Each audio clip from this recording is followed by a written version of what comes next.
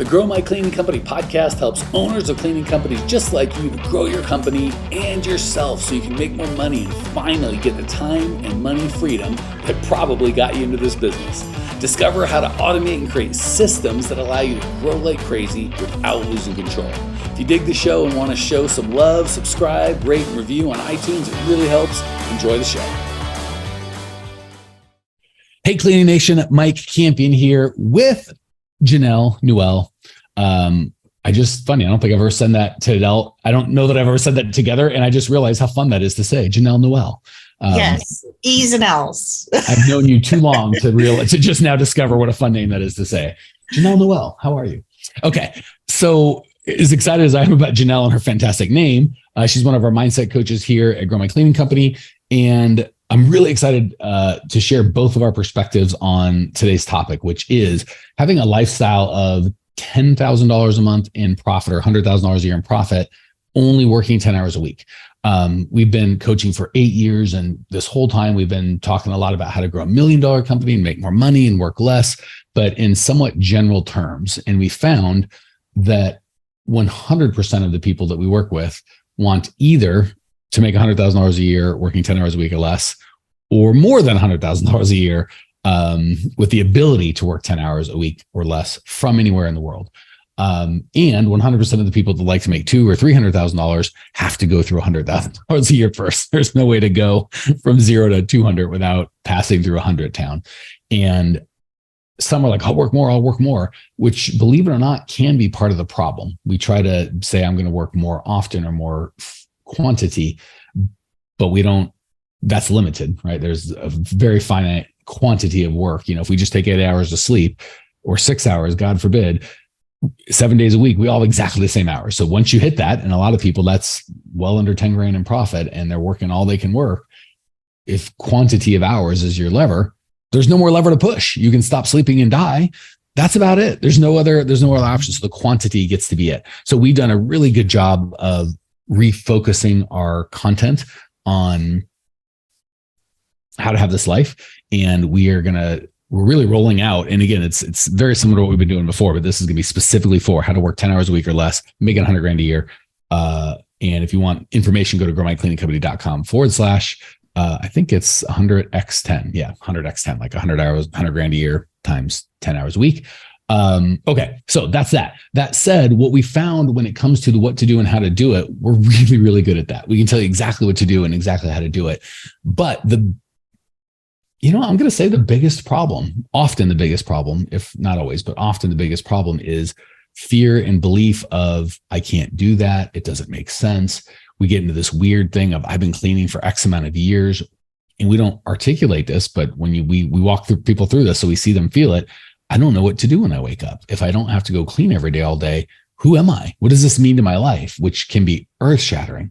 So there's that one. And before we even get to that issue, that's impossible, because if we've been working 30, 40, 50, 60 hours a week, making 2, 3, 4, 5, 6 grand, even 10 grand in profit, and we move to this new place where we make over 100 grand in profit, and we're only working, 5, 10 hours a week, and we're doing that from anywhere in the world, so we can do it we have to admit, like, oh my gosh, something terrible. So, you kind of like, I can't reconcile that. So these are just, from my perspective, some of the things that we have, but believe it or not, it is almost always more mindset, fear, and belief than it is, I don't understand what you're telling me to do or how to do it, Mike.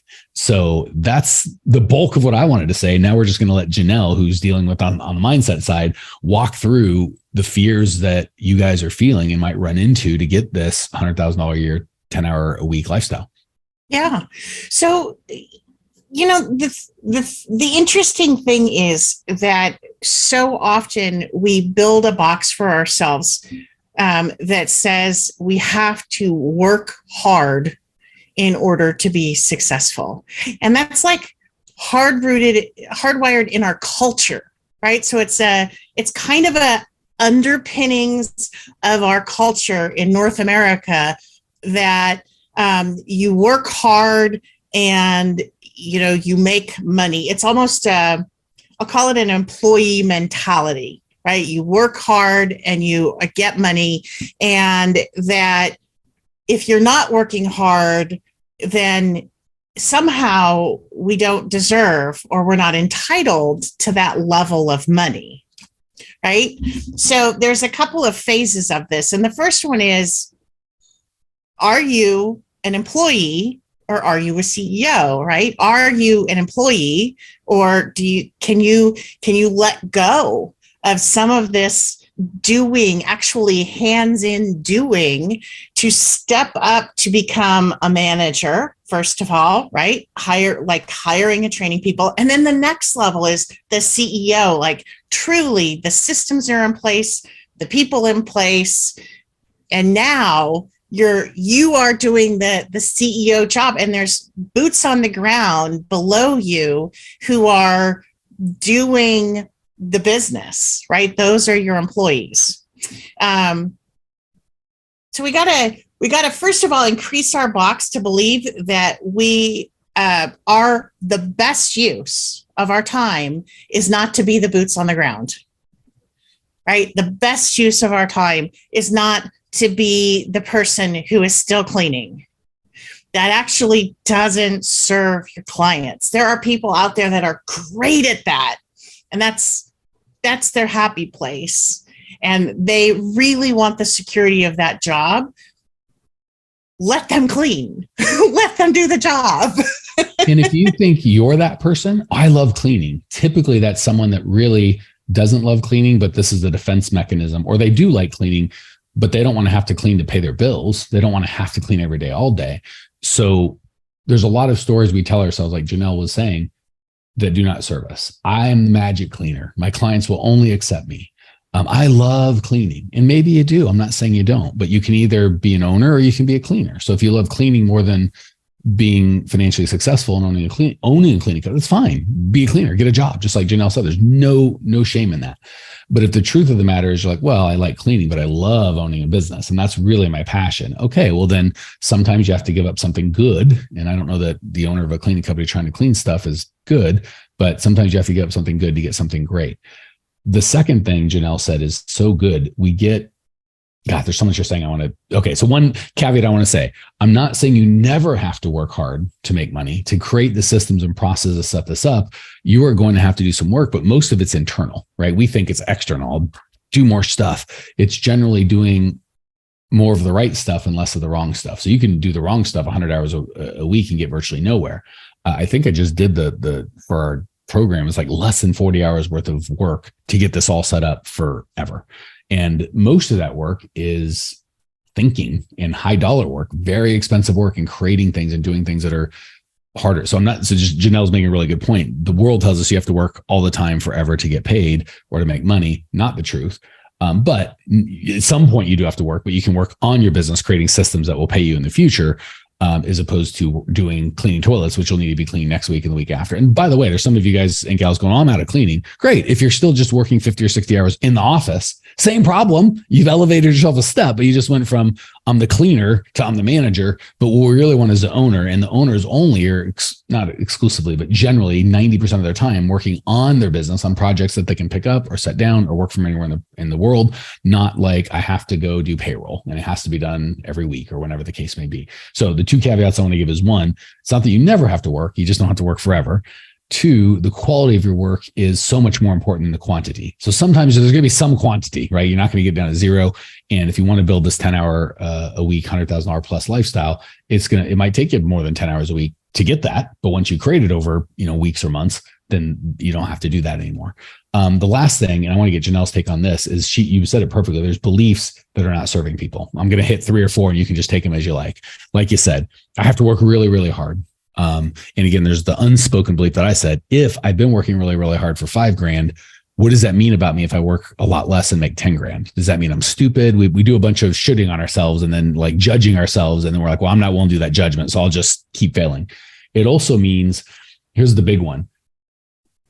I know how freaking hard it is to clean toilets. And for those people to make $15 to $20 an hour, whatever the wages in your area, and work quote unquote so hard that you've done, you think it's not fair that you work so little and make 10 times as much. That can be, and again, I'm going to let Janelle speak, but from the tactical side, that's a belief before you've done the work, because I had a construction company that was millions of dollars. And I got to be honest, some days, not most days, but some days, I'd see the guys going out to install one of the projects that we've done. And I was a little jealous. They actually get to do real work. At the end of the day, they can see the progress, and that's it. They go home and be with their families and don't have to worry about it.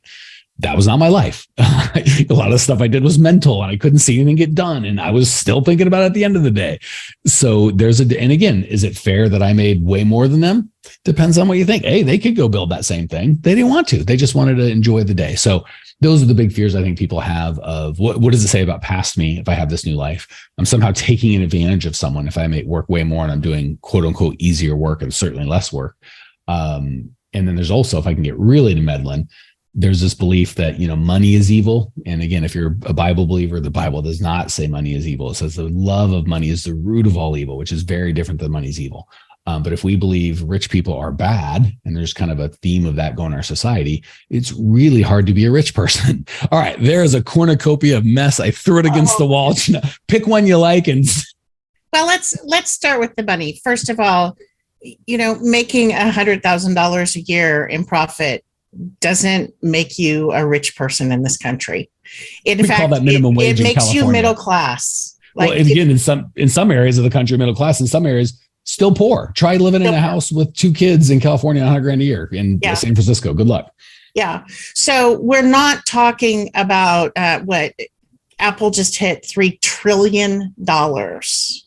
Okay. So a small business owner, and that's what you are as a cleaning company owner, you are a small business owner. If you are making $250,000 a year in profit, you are still a small business and you are in the middle class. Mm-hmm.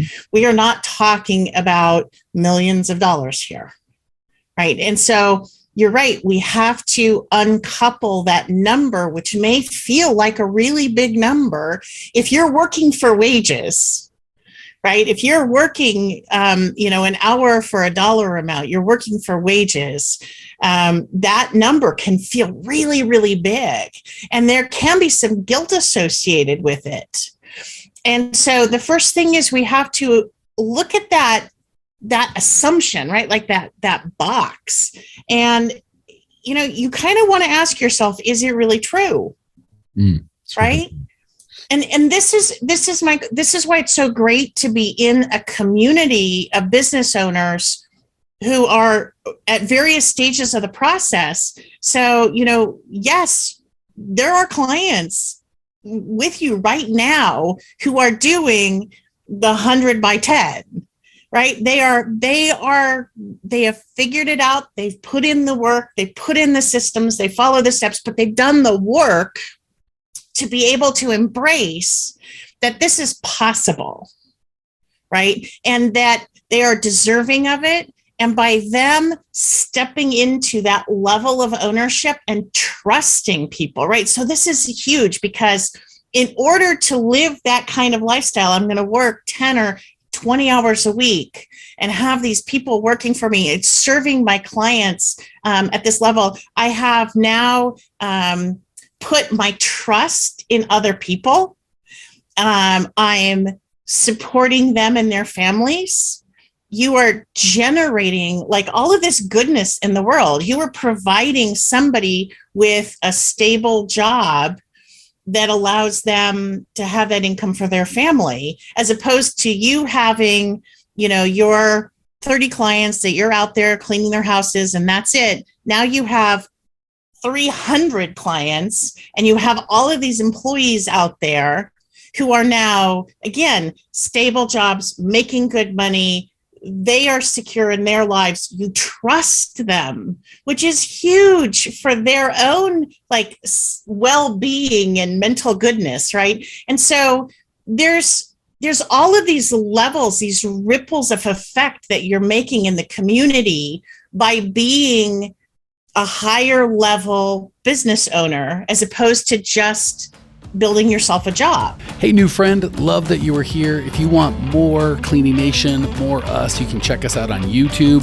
Similar content, you just get to see each other. It's totally free. Or if you want to say, hey, hit us up on Instagram, Twitter, join our free Facebook group. We love hearing from you, Cleaning Nation. That's what makes it magic. Jump on, we'll see you there. And let's take that up to the next level, because you made a great point, Janelle, just foundational. And I know a lot of you guys are like, I want to make a lot more than 100 grand. I got it. But if you're not there yet, it drives me nuts when I'm doing coaching calls and people are like, I want to be global and $1 billion. And I want to be it's like, great. You got 9 clients. You're doing, you're doing $18,000 a year, a month in revenue, and you're making $5 grand. Like, settle, like, great. That's all great. But we got to get to step, you're on step 37. Let's go from, or you're thinking about step 37, but you're on step 1. Let's talk about step 2. So for all of you guys, like, I know it, I want to make a lot more. I understand that. But if you're working less than 100, if you're making less than 100 grand now, or certainly if you're working 50, 60 hours a week, you can't really expand doing what you're doing. So just got that. Second of all, I love what you said about that's really not that much money, but let's take it to say it is, right? Let's go to the billionaires, right? And I want to get political, but there's a lot of people like, why should billionaires exist? That doesn't make sense, right? It's like, well, there's only 2 kinds of billionaires. There's entrepreneurs and there's governments. That's it. There are, people that own crap and government.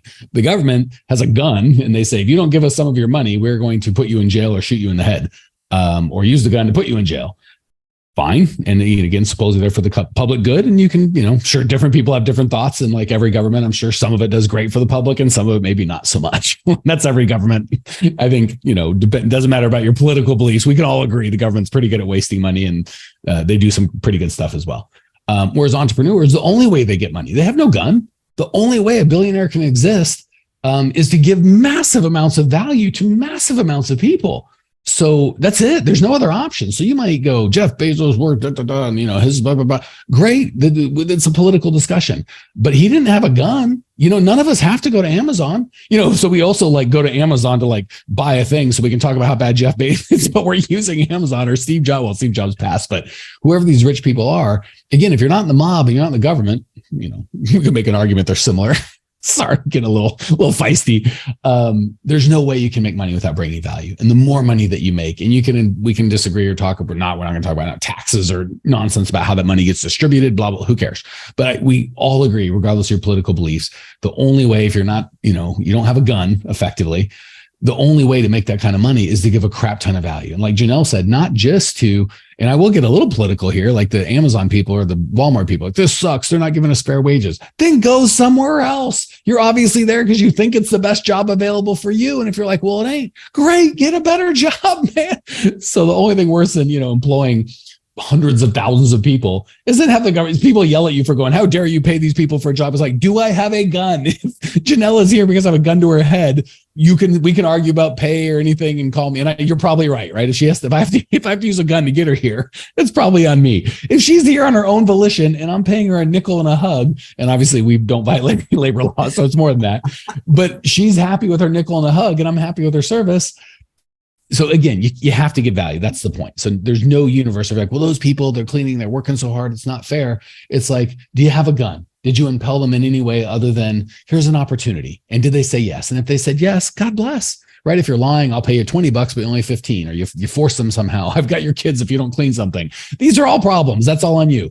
But if you go, I will pay you a legal wage in my city and state to do a job, and they happily take it, there's nothing I feel guilty about. So hopefully that's very pragmatic. And that's why I have Janelle. I'm kind of the wildly pragmatic side, and she's a little more of the emotional energy. So, okay, what's next? We kind of opened a bunch of loops with different beliefs. So, I think we got the money. And so I want to talk about the level of trust in other people that it requires to be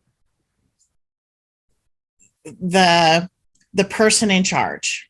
And I'm talking high level, not just manager, right? Because we get lots of clients that come in and they're cleaning during the day, and then they're managing the teams themselves, and they're doing their payroll, and they're working really hard, and their profits are not where they want it to be. So here's my favorite hat I'm going to put on, which is the devil's advocate. But Janelle, you don't understand. I've heard one of my competitors, they hired a lady and she robbed the place, and then there was a cops, and it was terrible. And also, I'm the only one that can clean like I clean, Janelle. I'm faster, and my clients won't even take it. They have to have me. So I'm just speaking for the thousands of the people in the audience. Talk to me. So both of those, I hear the fear underlying, the fear that, what happens really if I'm not the one cleaning? Does that mean I'm not needed? Does it mean I'm not valued? Does it mean somebody's better than me? Deep breath, right? Just deep breath. What if I hire the wrong person? What if Mike has got systems. There's a process to hiring. You're also not marrying these people, right? If it's not the right fit, the employee will leave. If it's not the right fit, you can find a new employee, replace them. But it requires you to take this big, deep breath and make a decision that you are going to trust your people. You're going to trust the systems to work, and that there's a process you're going to walk through that's going to get you to the other side of this. And shameless plug, if you want that process, if you're like, well, I don't have a process, growmycleaningcompany.com, 100 by 10. I'm not sure when this is going to release, but that's only available for like a week or two. We're doing it live. So go now. If you think it's going to be gone later, you'll go and it's out. We're only taking a certain amount of people. This is a live thing happening over a very condensed time, and like starting a week from today. And this probably won't even be released today. So pretty quick. And by the way, Janelle, I wrote down, I'm going to say it again because I wrote it down. I'm going to tweet it and use it on social. I love this. I'm going to not steal. I give him full credit right here in front of everybody. This is Janelle Noel. Not clean does not mean that you're not needed, that you're not valued, or that other people are better than you. I love the fears that people think but don't say. And that's it. You just nailed it. But if they say, well, my clients only want me, or I clean magic, or I'm special. And I've been arguing about that. And I can say there's 100 cleaning companies. All we do is coach people that are doing it. And after they get out, their people are better. I can give all the logical stuff that's the truth. We can prove categorically there are cleaners in your town where the owner's not cleaning. Period. End of sentence. And the people are happy. And, we even tell ourselves, oh, they do a bad job or whatever. But really, I'm arguing an emotional problem with logic. An emotional problem is I believe if I don't clean, it somehow negatively affects my value. The person I hire is better than me. I'm not worth anything, or I'm worth less. Man, so good, Janelle. Thank you for, I've been doing this for almost 10 years and I've never heard it articulated so well. I just want to say it again so no one missed it. Please continue. Well, that's it, right? So we have to address those underpinnings, that underpinning belief and fear that we could decouple my value, my worth, my service. Right? You are still of service to your clients. Absolutely. If you are not the one scrubbing the toilet. And it goes a level up too. Again, I want to make sure we hit the portion out there that's going, well, I don't do any of that stuff. I got it. But just because you don't personally do payroll, or just because you personally don't do the scheduling, that's a big one on residential. They think I'm magic. So all of these things, I just don't want you to be like, oh, I'm out of cleaning, therefore this doesn't affect, anything that you're doing that, because it's safe, you know how to schedule and you're comfortable and blah, blah, blah, blah, blah. And you're exactly right. That I think you hit the whole nail on the head, Janelle. I've been dancing around it forever. And you just hit it right in the middle. Whether it's cleaning or administrative work or both, there is a belief that if I just work 10 hours a week, and really it's less than that, of the 10 hours, 2 or 3 of that's training, right? Coaching and getting better, and you're working on your own self. I'm worth less, not worthless, but worth less than I was before. I'm not serving. And it's so the opposite. And the cool thing is once you get there, you can look back and go, oh my gosh, I'm free to serve at such a higher level. I can hire so many people. I can do, and it's so funny because they want to serve. That's the crazy thing about Cleaning Nation, but they have this belief that the more they clean toilets, or the more they're in the office, whatever that looks like, the more they're serving. And it's almost like you can't see that that's not the truth until you get to the point where that's not the truth. So we've got about a couple minutes here and we're going to wrap, but man, I'm jumping up and down, Janelle, because that is so prescient. Sorry about using the $100 word, but that's just so spot on. Okay, I'm that guy. I'm that girl. That lady, I just had this revelation. Holy crap. Maybe a little bit of that. Maybe that's it. How do I move forward? How do I make that? Obviously get the tactical help you need. You still need to know what to do and how to do it. But how do I move forward on the emotional belief side? Well, that's why we have Mindset as part of the program, right? Two coach. There's one tactical jerk. We got two mindset. Two mindset coaches. Yeah. Like, come on here. Because once we see it, once you can address what is going on, what's that story I'm telling myself, now we can change it. We can find something and up level it and improve it and change it and grow it. And but we can't change anything until we even know that there's a problem. Right? So we can dig in and do all kinds of good stuff with it between Suzanne and I. But that revelation alone is not enough, right? So we combine what is the story that's slowing you down? What is the box that you put yourself in? We combine it with the tactics and the wins and the progress and the confidence building and what's the new story that I am building into. And then whoosh, you just see these people, right? Like they're just like here and then whoosh, like, yeah. and it may feel like it takes forever, because that's what happens when we're in change. But you look back and you're like, wow, in 6 months, look at what happened. So true. So in a year. So there we go. Yeah. I think it was Anthony Robbins where I first heard it. People overestimate what they can do in a year and way underestimate what they can do in a decade. I think they also overestimate what they can do in a month, but underestimate what they can do in a year. Yeah. So yeah, that looking back is a lot of fun for us. And we had people that have been with us a year and like, holy crap, I didn't even remember that person. So I'm going to give you 2 action items. One, we'll do the mindset side first, because I do think that's more important. If you're like me, lots of judgment to everything that you hear. You're like, I don't do that. That's not a helpful question. Do I have beliefs? Do I believe things that aren't, whatever? The better question would be, what beliefs do I have that are getting me further away from my goal? And is that true? And does it have to be true? Right? Because a lot of the stuff, there is no truth. Like there is no the truth when it comes to people. And again, it depends on the statement. People have to have me. Well, that's not the truth. People would prefer me now. Well, that may be the truth to some people to some degree. Not what does that prefer, a 10 out of 10 in terms of passion or 2 out of 10? There's all sorts of nuance on there. Really depends on the question that you ask. So if you ask the question, it depends on the questions, right? So what happens if someone steals from me? What happens if they don't like me? What happens if great? You can ask all those questions. Or what happens if I clean toilets so the day I die, never take a chance to really own a business? So pick the questions they're going to have. Ask yourself the first question: what beliefs do I have that aren't serving me? And what beliefs could I replace them with? And again, we're not looking for fairy tale stuff like, I can levitate, not a helpful belief. Well, I don't know, maybe there's some machinery, but without any machinery on my own, I can levitate. That's not true. My Iron Man suit's in the shop. So right. So what belief do I have now that's not serving me or my goal or the people that I want to serve? And what belief could I replace it with? Right. So if that belief is money's evil, what's a more healthy belief? Like money's going to is just a magnifier. And if I'm a great person, has a lot to give, then money's going to allow me to give more. Money is a tool. Yeah. Lots of beliefs. So to give you one more negative belief and positive, and then we'll give you the next one. I'm screwing people if I make them clean for less money than I make. Or how many people do I want to give an opportunity to? And guess what? Maybe they work for you for a little while and they go start their own thing or get a better job. And they just, they're not here forever, but the time that they have, you enrich their lives and they enrich hundreds of your clients' lives. Pretty big opportunity. So on the mindset part of the beliefs part, don't just go I'm black, white. I have that belief or no, I don't. Okay, fine. You can get a little bit of value, or just go, what beliefs do I have that I could improve? And then work on some of that.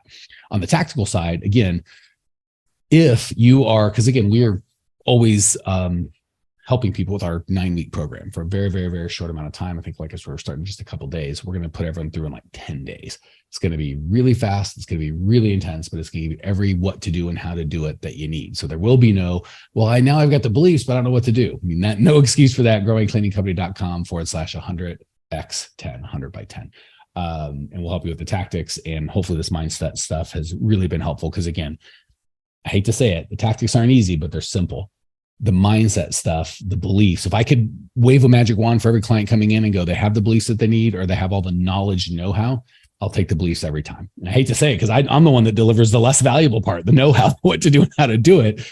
That's why we love Susanna and Janelle. That belief set of who I need to believe and what I need to believe is so much more value when it comes to scaling. So hopefully that was helpful. growmycleancompany.com, 100 by 10.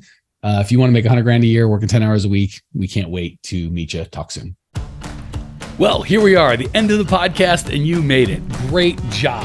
I've got a little bonus for you for sticking through with me. But like I mentioned before, if you got value out of this podcast and you want to show a little love, subscribe, rate, and review on iTunes, Spotify, wherever the heck you're listening to this thing. Share it with a friend. Share the love. And as a special thank you for those of you that stuck with me to the end, how about I give you my personal phone number so we can text? It's a great way for me to get to know you, your business, your goals personally. So shoot me a text now, 602-932-6431, 602-932-6431. I am the only one who responds to these texts, and I will personally respond to everyone I possibly can as long as this number is manned. Don't know how long we're going to keep this at the end of the podcast, so grab it now, 602-932-6431. Give me a text, say hey, can't wait to meet you.